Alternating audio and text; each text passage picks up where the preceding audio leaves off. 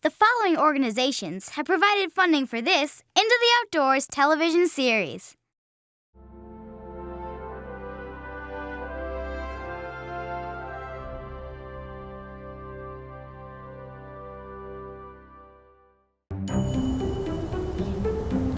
Can you believe there's only 2 weeks left of school before summer break begins? I know. I can't wait to spend some time on the water. My parents are finally letting me drive the boat this summer, but I have to get certified first. Hey, that's awesome. You'll let me take it out for a spin? Only if you pass your boating certification. I haven't taken it yet, but I was planning to do it this weekend. Whoa, what about our media project? I thought we were doing that this weekend. Oh, I forgot about that. What even is it again? A video project? We have to make a video on a topic of our choice that covers the who, what, when, where, and why, and how of a given topic. What should we pick as our topic? How about how to get boating safety certified? We can both get our certification and film the whole process for the project. Well, at least with our boating safety certification, we'll be prepared for summer as we head into the outdoors. Mom, I'm home. Costa's here too. All right, let's start with the essentials. Stacks. Okay, first, let's make a list of the who, what, where, when, why, and how of boating safety certification. So, who can get certified for boating safety? I guess anyone can. Almost anyone. There are some minimum age requirements. Looks like most states require you to be at least 12 years old, but it varies. Some states you have to be 16, but here in Illinois it's 12 years old, so we're good to go at least. Nice. Okay, so I'll just write down anyone who meets the minimum age requirements for the state regulations. Perfect.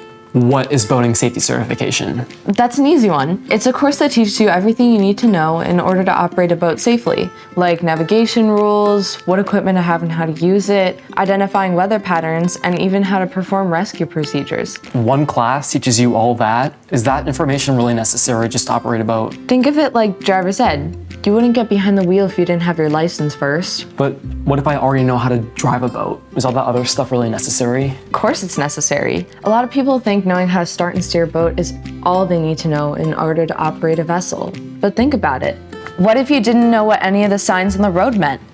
On the water, you need to know what different buoy symbols mean, or how to read other navigation aids.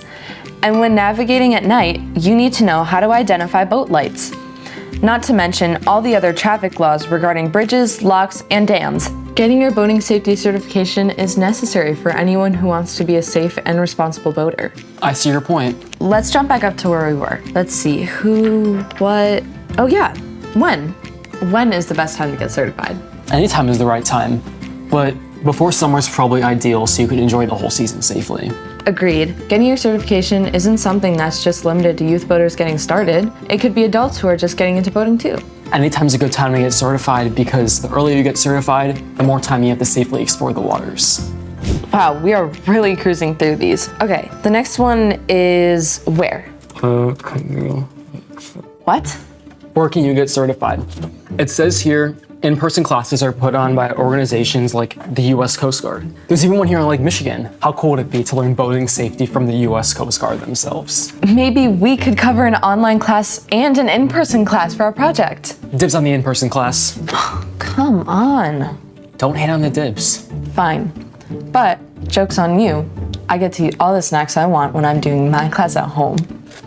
Okay, how about we split it? You film me, I'll film you, and then that way we both get to see both sides of the certification process. All right, sounds like a deal. Now that we have all the information, how should we do the video? What do you mean? This is the video. Okay, that was great. Let's cut and set up for the next shot.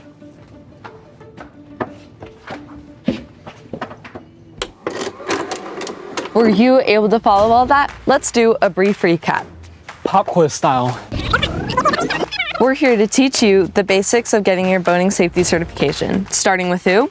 You. Yes, you can get certified if you meet what minimum age requirement? Any guesses? I have one. Costa, you know the answer. I'm asking them. The most common minimum age requirement is 12, but it varies based on the state you're in. If you're interested in getting your boating safety certification, check your state regulations to make sure you've hit the minimum age requirement. Costa, how about you come do question 2? Okay, question 2. What is boating safety certification? I'm accepting 2 answers for this one. First, boating safety certification is a course that teaches you how to operate a boat safely. Second, having your boating safety certification means you are legally certified to operate a boat. It's like your driver's license, but for the water. Let's move on to question 3. Where can you get certified? You can get certified in boating safety with an in-person class or an online course. Question 4, when can you get certified? Anytime you want, whether you just turn the minimum age to get certified or you're just trying a new hobby. Boating safety certification is for everyone. Question 5. Why get boating safety certified? Can I answer this one?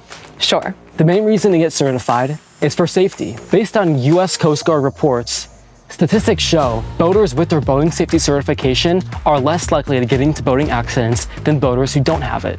Boating accidents can be deadly, so getting your certification can literally save your life and others. Getting your certification can protect yourself, your passengers, and other boaters from preventable accidents. So, what do you say? Do you want to get boating safety certified? Okay, so just right here? Yep, just sit right there and we're rolling. And now, the moment you've all been waiting for. How to get certified. Choose your character. To see how the online certification process works, choose Avery. To see how the in-person class works, choose Costa. You've chosen Avery. Hey. Okay, we're rolling. Let me just get my focus. Here, sit back, sit back. And action. So, you want to learn more about the online certification course so you know if it's a good fit for you? Let's start with the basics. If you're looking to learn at your own pace and in your own space, then this online course is a good fit for you. It is very flexible, so you can finish the course in a day, a week, or even a month if that's what works best for you. All you need is a device with an internet connection so you can work from anywhere. The course is very comprehensive, so you're not missing out on information either. The course is very comprehensive, so you're not missing out on any information either. The biggest disadvantage is that you don't have anyone to answer your questions, so you'll have to do some extra research to solve your questions on your own. Okay, so what do you think is the online course a good fit for you? So, what do you think? Is the online course a good fit for you? Let's get you set up. You'll need a device with an internet connection. I have my notebook here with me, and snacks, of course. Hey, toss me a cookie.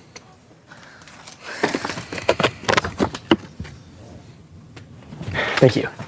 First, head to the US Coast Guard website and pick out the approved safety course you want to use. Let's see. I'm going to use this one. Next, you'll click on Choose Your State or Country.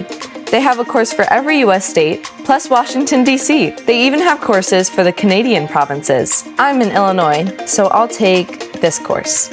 All right, let's get certified. After you've created your account, you can start learning at your own pace. It starts you off with the fundamentals of boating, mainly learning about the different types of vessels, the parts of a boat, and different lengths and capacities. Through different modules where you can read the information and test your knowledge with activities. Costa, let's see if you know the parts of a boat. Bring it on. Okay, what is the left side of the boat called? Port, And what about the right side? starboard. Let's check those answers. Ding, ding, ding, we have a winner. Can I get another cookie? Costa, you're eating the last cookie. The point is, knowing your vessel is very important. You should know the different parts of your boat's length, capacity and engine type, and how to take care of it so everything continues to run smoothly. But what's the first thing you should do before heading out on the water? Have a plan. A float plan, to be exact. You should always have a float plan before you leave For your day on the water, before you even leave the dock. You should have a float plan. You should have a float plan for your day on the water before you even leave the dock. And it's vital that you leave that plan with a person on shore that can be responsible for making sure you return on time. This float plan will let your onshore contact know when you are leaving, from which port or boat launch you are departing from, where you are heading, which port you intend on docking at, and when. Once you've docked, call your contact to let them know you have returned safely. And what if you don't return on time? If your contact doesn't receive a call from you saying you've arrived safely back on shore, they can call the local authorities to notify them you might need assistance on the water. A good float plan will include your vessel information such as the registration number, the year, the make, and model, the colors, its length, other prominent visual features, as well as the type of communication technology you have on board. All of this information can help people find you and your vessel in case you don't return on time. So always make a detailed float plan and leave it with a responsible person before you cast off. Those are some highlights of Unit 1, but Units 2 and 3 are all about what to do once you're actually on the water. A fun day on the water can easily go haywire if you aren't staying actively aware of your surroundings. Good. According to data collected by the U.S. Coast Guard, the vessel type with the highest percentage of deaths was open motor boats. Over vessels with a high percentage of deaths were kayaks, personal watercrafts, and pontoons. Notice a trend? It's a lot of recreational vessels. People went out for a fun day on the water and it turned into a nightmare. And do you know what the 5 primary contributing factors to boating accidents are? You guessed it, operator inattention is number 1. Also related to the operator is being an inexperienced boater. That's why taking boating safety education is so important. It can literally save lives. All right. That's a wrap.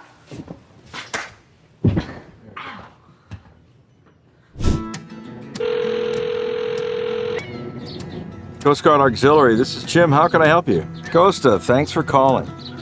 We actually have a class coming up this Saturday.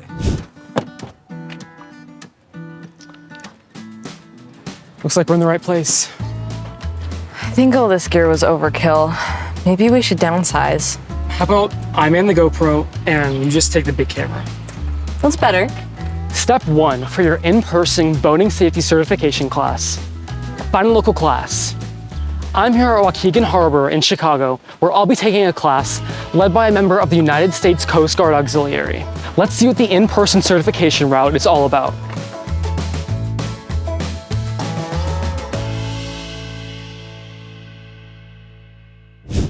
All good? Ready to roll? Almost. Yours is set up, but not this one. I think the instructor's ready to start the class. Stall him. How? I don't know, just ask him something. Excuse me. Yes. My friend and I have a disagreement about which course is better, the in-person or online course. Can you tell me what the pros and cons of the in-person course are? That's a great question. And the most important thing is that you take a course. I'm partial to the in-person course because number one, you get to spend 8 hours with me. Just kidding. But the reality is it's immersive. You get to do hands-on things. If a question pops in your head, it gets answered right away, and you get to hear what questions other people have that you might not have thought of yet. And additionally, you get to network with people who are at the exact same level as you are, and you all are learning together. Well, there you have it. The in-person class is great for people who are auditory learners or for those who do well with learning in a group setting. You can interact directly with the instructor and ask questions when you're confused. Now are we ready to get started? Sir, yes, sir. Hi, welcome to the class. We so appreciate you being here to take this Coast Guard Auxiliary course on boating safety. At the end of this class, you will be certified in boating safety, and you can use that certification anywhere in the United States. When you rent a boat or when you get insurance, if you buy a boat, that you have the basics of boating safety. Not only do you have to know the rules, but the other guy has to know the rules. And those rules that we use on the water are called navigation rules, or NAV rules for short. And they tell you which side do you pass another boat on. If you're approaching another boat head on, at what point do you turn? Navigation rules go into so many different things. You may have heard red right returning. When you're coming into port, the red light or the red buoy is going to be on the right. If it's not on the right, you might bump into something. I knew that. Hey, Avery. I knew that. Costa. I'm sorry. Some of the other accidents occur because people don't have a lookout. Boats don't have rear view mirrors. Some of the ones that pull skiers do, but the rest of them don't have rear view mirrors and they don't have brakes. So it's important that you know what's going on 360 around your boat. And since none of us have eyes in the back of their head, it's good to assign a crew member to say, hey, can you watch behind me? Can you watch off to the side? And failure to maintain a proper lookout is a common cause of boating errors. That's why knowing navigation rules is so important. Not following these rules can lead to serious injuries for you, your passengers, and even other boaters. Life jackets, personal flotation devices, PFDs, they're all different words for the same thing. Not only do you have to wear the PFD, you have to make sure that the PFD is the right size. Thanks, John. Kids don't fit in adult life jackets or PFDs. They'll float right out of them and then it's worthless. Make sure that the size is appropriate for the person who you're taking on board the boat. And at a minimum, there has to be one PFD per person. So don't go out with 6 people and 5 PFDs. Remember, your PFD can only save you if you put it on. According to US Coast Guard reports, 75% of fatalities from boating accidents were drownings, or the cause was known. Of those 75% of drowning victims, most weren't wearing their PFDs. Think about how different the situation would be if they had been wearing it. There are other ways to report accidents using technology. The first one, and the most obvious, is a marine radio. Channel 16 is designated as the talk channel or the emergency calling channel for the VHF marine radio. Every boat should have one, be it a mounted one or a handheld. So if you're in trouble, you want as many people to hear about it as possible. You're not only telling the Coast Guard, but you're telling every boater in the area, hey, I'm here and this is what's going on. Next, we're going to talk about line handling and knots. Extremely important whenever you're pulling into a dock or trying to tie a fender to your boat to secure yourself if you're rafting up against another boat or the wind might be bumping you back and forth against the pier. So the first knot we're going to talk about is the clove hitch. So with this knot, we're going to pretend that this has got a fender on it, and I'm going to use it to protect myself from the boat and the dock. So I want to make sure I go over the rail first, then I'm going to go under, cross over, and then I'm going to tuck it under that top knot. This is a typical clove hitch, and this will prevent the fender from moving. If it's going to be rough water, I can even do a half hitch underneath, and that'll prevent it from moving no matter what. Hey, Avery, can you not? Can you not? Costa, do you know what this is used for? Waking up the new recruits? No, this is a sound producing device used to get other boaters' attention. If you're on a large boat like a sailboat or a motorboat and you lose electric power, your horn's not going to work. This is a backup to that. Or if you're on a smaller boat like a canoe or a rowboat or anything like that, you then have the ability to signal with a sound producing device. All right, it's time for your exam. Close up your books, take your materials, push them off to the side. I will hand you your test booklets.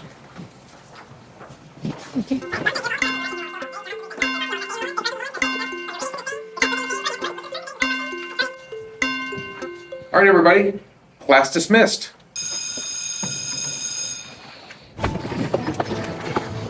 That was a long day. Yeah. I guess that's one of the cons of the in-person class, though. You have to do it all at once. Yeah, but I liked it. I prefer working in a group setting. Not to mention, Instructor Dave really made sure I stayed focused. Yeah. He was really fun, though. So, how'd you end up doing on the exam? I passed. You know what that means? It means I passed. No. It means we can finally go boating tomorrow. No way, that's awesome. I know. We'll meet them back here in the morning.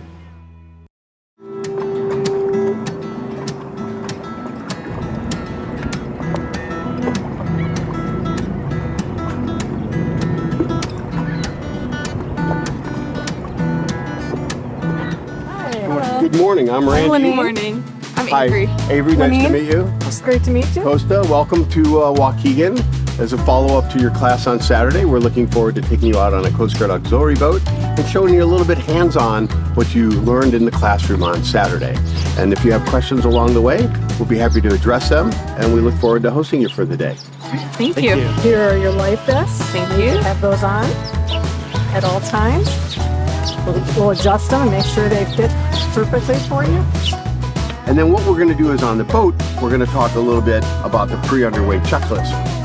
Great, we're looking forward to it. Before we get underway on any vessel, there's some things that we're going to look at on our pre-underway checklist. Preparing your vessel, the number one thing we like to talk about is look at the weather. The weather can change rapidly. So we want you to not only look at the weather on your phone, look at the weather prediction for the day, look at the wave patterns for the day, look at everything you can. And you also want to know how to work the marine radio. It's called a VHF, very high frequency radio. Channel 16 is the international calling and distress signal, and that's how you would reach the Coast Guard or any other law enforcement agency. Very important, of course, is you must have a life jacket or PFD, right, a personal flotation device, on board for every passenger. If they're under the age of 13, in most states and federally, you have to have a life jacket on if you're in an open part of a vessel. Make sure that you know where you might have some tools if they're on board in case you need anything. I always recommend having at least a minimal first aid kit on board. So the last thing we're going to do before we get underway is have you practice the knots that you learned. Work with Lenine to untie the boat, and we'll get ready to get underway. And I'm going to go ahead and make my radio call to let my station know that I'm doing that. Great. Any questions? No. Great. Try that? Sure.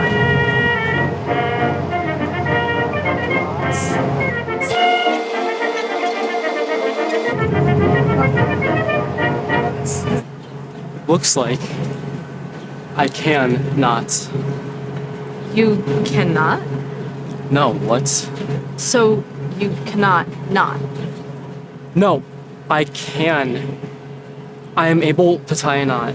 Jeez. All right, everybody, great job with all that. Let's get on board and we'll Okay. get going underway. Watch the step. Lenine, line 4 for you. Bob, line 1 for you. All right, here we go. About to launch.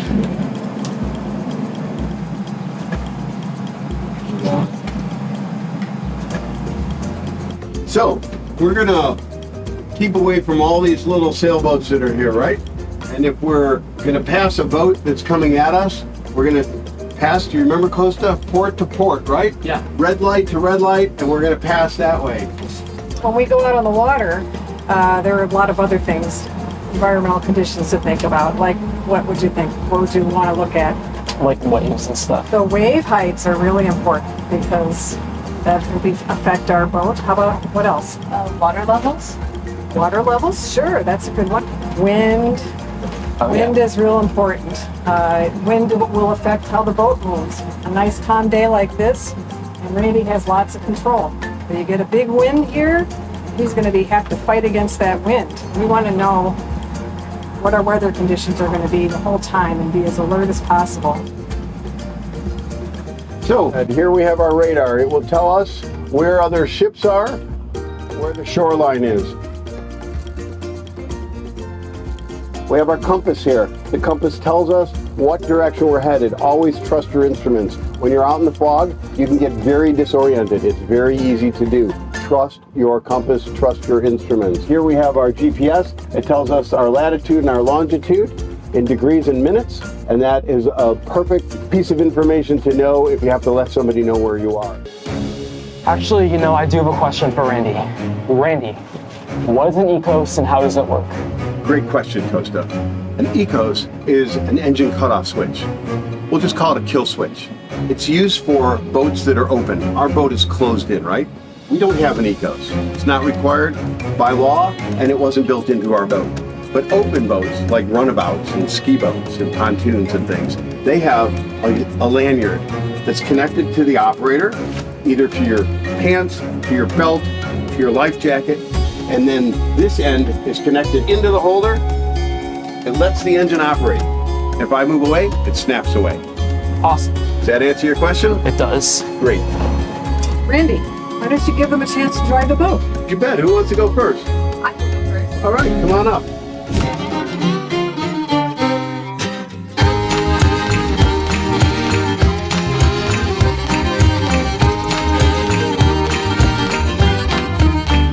I think switch. Sounds good to me.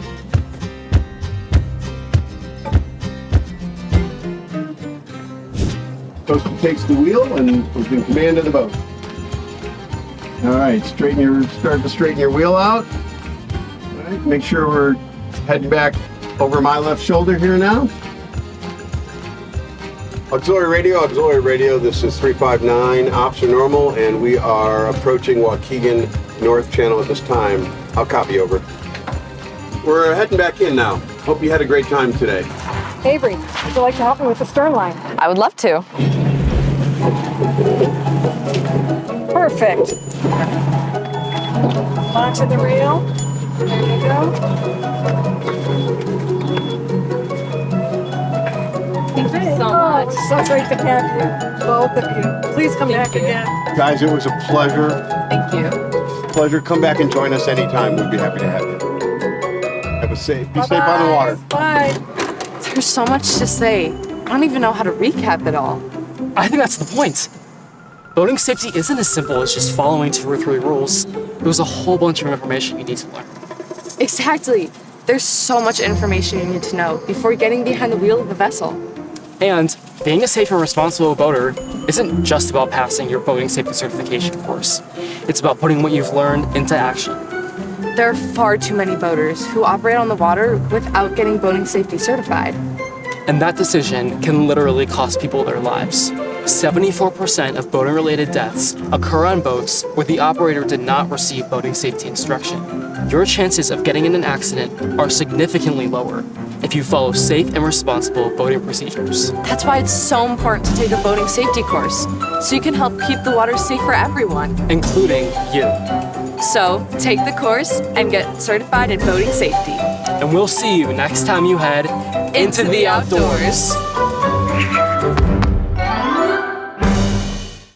The following organizations have provided funding for this Into the Outdoors television series.